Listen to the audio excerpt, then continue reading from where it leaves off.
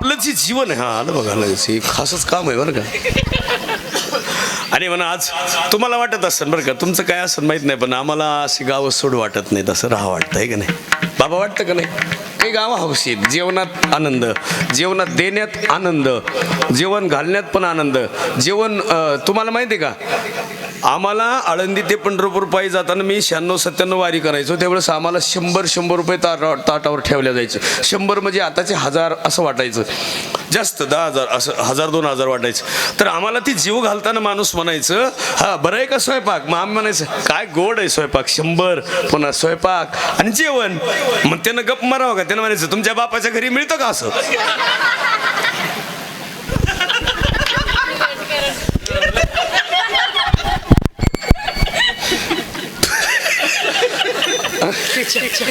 लय कार्टी आगाव आहे,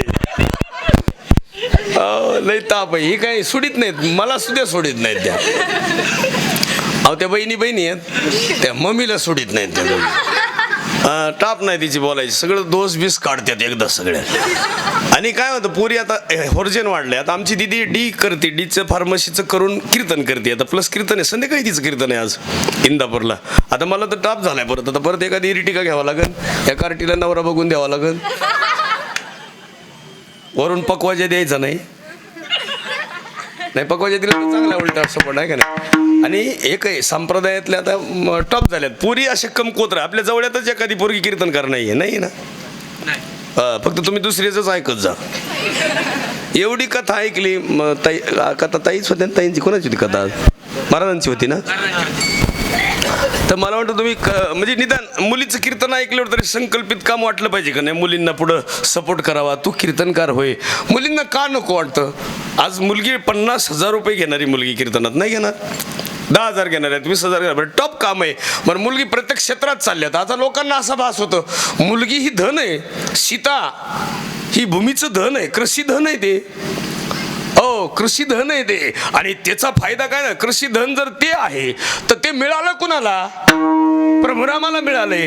मग रामाला मिळालेलं धन कसं होतं, पवित्र होतं, विचार पवित्र होते. म्हणून सगळ्याला विनंती करतो, मुलीच्या बाबतीत आता बघा, तुम्हाला तिला पोलीस व्हायचंय, तिची इच्छा आहे, तिला कलेक्टर व्हायचं, CA व्हायचे, मुलीची भरपूर इच्छा असते, यांची काहीच नाही इच्छा, मला 6 एकर जमीन आहे, नुसती 6 एकर काय करायची. आमच्या कृष्णानं हे गोष्टी काही केल्या नाही. कृष्णाने जी केलं ती काय केलं माहिती आहे, बालगोपाळांना एकत्र बोलवलं. कृष्ण लहानपणीच विचार करायचे, पाडसाचं दही दूध, पाडसाचं ना पिल्ल्याचं आहे का नाही, ती दही दूध कुणाला देतात हे लोक काढून, त्याच्यावर अधिकार कोणाचा आहे. मग कृष्णानं म्हणायचं गवळणीला, याच्यावर अधिकार आमचा आहे. कुणाचा, दुधावर दह्यावर अधिकार कुणाचा आहे, त्यांचा अधिकार आहे. ते त्यांचं दूध दही दूध कुणाला, मथुरेला. आणि मथुरेत कंसाची नीती कशी होती, इथून पुढे सगळ्यांनी दही दूध आणायचं, त्याच्या बदल्यात तुम्हाला मोल मिळणार नाही. कुदांड काम होतं. नाही तर तुम्हाला आनंदराजा म्हणायचे तिकडे घेऊन जाऊ नका, आणि हे सगळं नेऊन तिथं बाजारला विकायच्या. आणि विकताना जी देत होत्या, म्हणून त्या गोकुळामध्ये कृष्ण जन्माला आल्यापासून गोकुळाची वृत्ती बदलली, विचार बदलला, आणि मथुरेचंही प्रेम कमी झालं, यांच्याविषयी कमी झालं, मथुरेतलं प्रेम कमी झालं. आणि मग गोकुळामध्ये एक नक्कीच घडायला लागलं, काहीतरी नवीन घडायला. एके दिवशी 21 बालकं मेले, 21 बालकं. एक बाई आली आणि तिनं बालकं मारत मारत आली, आणि ती आली तशी यशोदेच्या घरी आली, आणि ती म्हणली मी तुझी बहीण आहे. ती म्हणली मला बहीण नाहीये. अहो म्हणली मावस बहीण आहे. म्हणली मला मावशीच नाहीये. म्हणली मी आत्या बहीण आहे. म्हणली माझ्या बापालाच बहीण नाही. म्हणली मी तुझ्या नंदाच्या जावाच्या आत्याची सून आहे. म्हणून ती म्हणली कुणीतरी नातेसंबंधातली बाई आहे, ठेवा. थांबविली ती. आता बाया सुद्धा बघायला जातात बघा पोरग. ताई श्रीमंताच्या इथं घरी जातात बघाय का गरीबाच्या घरी तुम्ही जास्त जवळजवळ जी लखपती माणसे तिकडे दागिने घेऊन जाते का नाही, खरं सांगा. आणि सगळ्यात गरीब असलेल्या माणसाकडे काय फरक आहे का नाही वागण्यात, किती बुद्धी आहे हो. अरे मोठ्याच्या घरी कितीही कुणी दिलं ना त्याच्याकडे आधीच आहे, तेच जर तुम्ही गरीबाला दिलं ना महाराज त्याच्यातलं प्रेमच वेगळं आहे. सुदामाला कृष्णाला भेटायला जायचं तर पोहे घेऊन गेलं होतं. मुठभर पोह्यासाठी काय दिलं, गावच सोन्याचं दिलं. सुदामा भ्रमला दुखे दारिद्र्य पीडिला, सुदामा भ्रमला दुखे दारिद्र्य पीडिला, कुष्टी पोहे खेलोनिया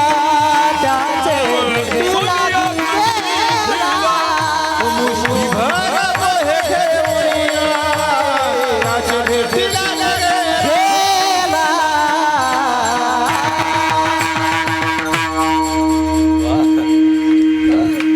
यांना लय खास काम आहे.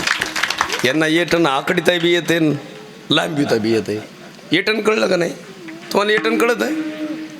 येटन जोडाय माणूस चांगला लागते. सख्या भाऊ ते इकडे राहिले. एक नोकरदार होतं आणि एक जरा बरं होतं घरी शेतकरी. ते नोकरदारानं जमीन वाटून घेतली. ते म्हणले मला दे. ते मला दादा तुला येत नाही, मी तुझी वाटेनं करतो, चौथाही दे मला, पण राहू दे. त्याची बायको म्हणायची त्याचं काही संबंध नाही आपला.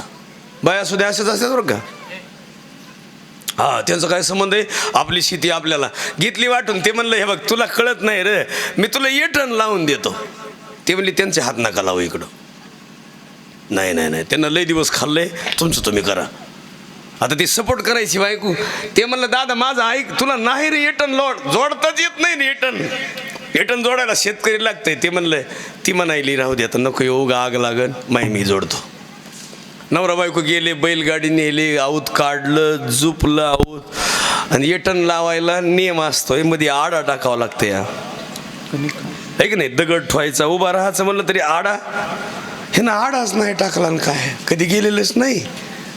बाईच्या नतीचा आकडा बिकडा आणि काय शेजारनी काय तिला स्वाभिमान बया बया बया लावला का नाही कामाला. कोण? नवरा. म्हणली एखादं गाणं म्हणा, पलीकडली जाऊ पलीकडल्या शेतात गाणं म्हणायला. गाणं तरी गड्याला कवा येतं आयुष्यात. हाकारायचं काहीतरी करून, पण म्हणली उभा राहावरण काय सांगावं तुम्हाला. कडचं तास कडला जमीन निभार असते या. आणि ते आवतन पास गुतली ना महाराज. बैल दांडगे होते ना, वडायच लागले पुढं. बैल ऐकत येत कुठं. आणि ती दांडीतून ती पुढचं असते. ते वडलं ताण झाला जास्त. आणि ती दांडीतून जे निघलं ही नळीच गेली सगळी. ही प्लॅस्टिकची बसविली बघा. ही नळीच नाही राहिली. जे ठोका इथं लागला का नाक आतमध्ये गेलं आणि गालं वर आले.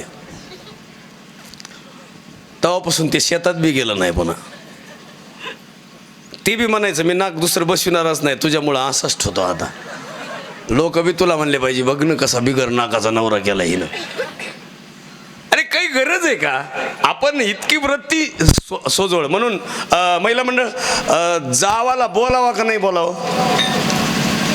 आहे का नाही? बोलावं का नाही? रोज बोलावं का कधी बी? का टाइम पडल्यावर? का पोरीच्या लग्नाच टायमाला?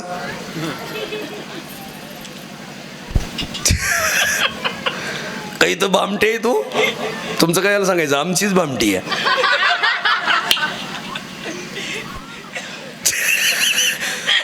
लई कुटाणा. आता बरं तुम्हाला सगळ्याला आमंत्रण द्यायचं, आजच देऊन टाकतो. कॅमेऱ्यातून महाराष्ट्राला जाईन. आमच्या पोराचं आज काय आहे माहिती का? आमच्या दोस्त 1 महिना 2 महिने झालं लग्न जमिलं आहे. आमचं पोरगं 22 वर्षाचं आहे.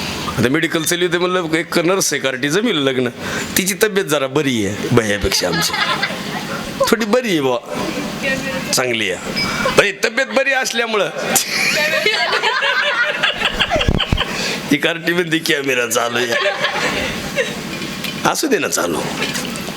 ती बरी तब्येत म्हणल्यावर चांगलं आहे का नाही लेकरू? ही म्हणायची नाही नाही नाही नाही लय तब्येत आहे तिची. म्हणलं काय काळजी करू नको, तुझ्या काचानं होईन कमी. ते म्हणली पुरावा काय? मी कसा झालोय? अरे तुम्ही एक विचार करा, काही गरज आहे का? एक इथून पुढे धन न्यायचं. तुम्ही कोणतं धन आहे? मग प्रेम धन हे भांडार आहे. तुमच्या घरात काय पाहिजे? प्रेम. आणि प्रेमाविनं भजन, नाकाविनं मोती, अर्थाविनं गोकुळात फक्त प्रेम होतं, बाकी काही नव्हतं. आता ती मला ग्रामीण बँकेचं दिसते वक्र काय नाही वक्रांगी केलं. तुम्ही पुढच्या वर्षी आपल्याकडे बँक नसन गावात काय का? हे केंद्रच असन. एक करायचं आपल्या गावाला सुपीक होण्यासाठी नवीन एखादी बँक पाहिजे, सेंट्रलची पाहिजे. चांगली बँक पाहिजे कुठली तरी. कशासाठी पाहिजे? गावाला ह्याची गरज आहे. सामान्य लोकांना लांब नको जायला. नवीन नवीन उपक्रम गावामध्ये पाहिजेच. आणि ते सप्त्याच्या माध्यमातून आम्ही तुम्हाला का दिले? मला सगळ्यांना सांगायचं, कृष्णाने गोकुळामध्ये ज्या ज्या गोष्टी उणीव होत्या त्या गोष्टी भरून काढल्या. कृष्णाने गोकुळ प्रसन्न केलं आणि गोपाळन असे पटवटवीत होते. एकमेकाला बघितलं की गोपाळ असे प्रसन्न व्हायचे. आणि म्हणून नाथमाराची गवळण आहे त्याला, असं कसं देवाचा देव ठकड देव एके बयाने लंगडा. असं कसं देवाचा देव ठकड देव एके बयाने लंगडा.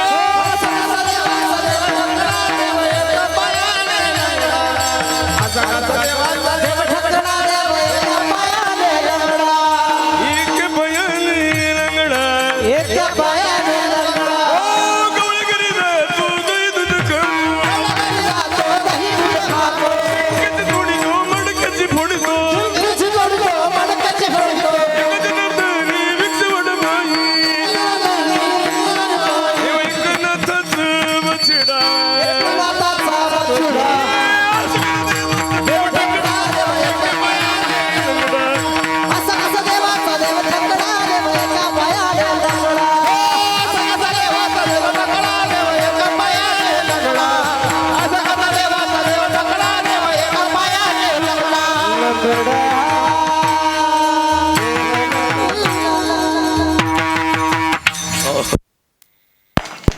आली वाटतं लाईट.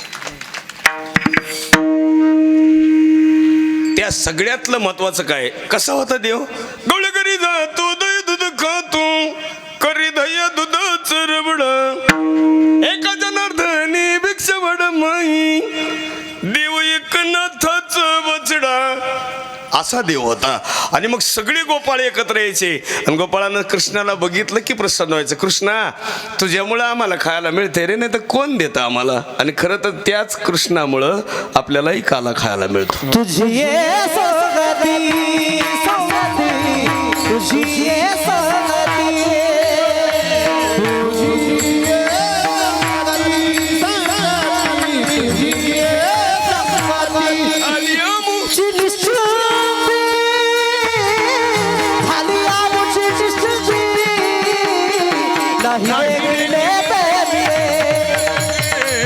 सुखाचे सोहळे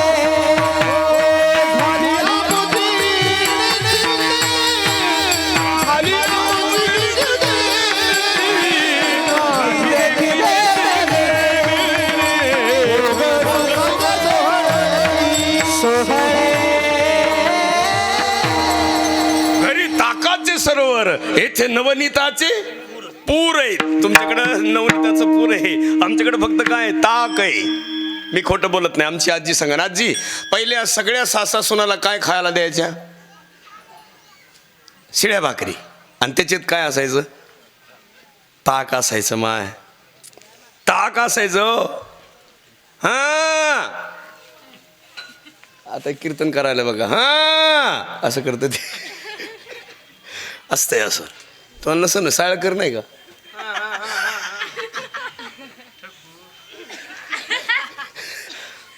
ओश्या असे का करालीस? ही कार्ट्या काही खरं नाही गडे आता.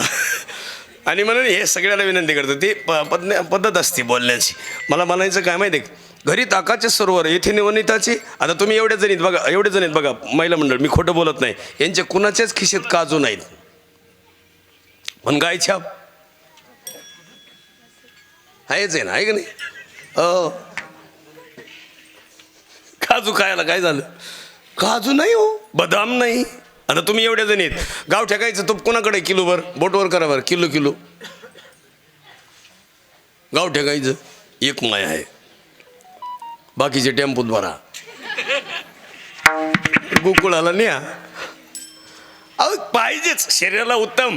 अहो आम्ही आज दिंडीत बघत असतो बाबा. आता आमच्या महाराज मंडळीला लोक देत असतील बा, आपल्याला मिळत असेल तिथे कोणीतरी वाढतं. मी दिंडीत बघितलं 100 एकरचा मालक कोल्हापूरचा. दिंडीत इंद्रायणी तांदूळ जिजुरीला. आणि असं तांदूळ टाकलं महाराजन, काय सांगावं तुम्हाला. वर तूप टाकलं, मला ते चव आहे ना अजून नाही मिळाली खायला.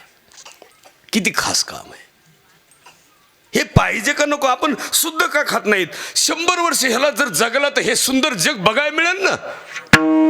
हे निरोगी राहिलं, हे स्वच्छ राहिलं, सुंदर राहिलं तर या जगातला आनंद घेता येईल, पुढचं होर्जिन बघता येईल. APJ अब्दुल कलाम साहेब महाराष्ट्रामध्ये, भारतामध्ये ते जर नसते तर अमेरिकेपुढं भारताला नतमस्तक व्हावं लागलं असतं. अब्दुल कलाम साहेबांनी काय काम नाही केलं.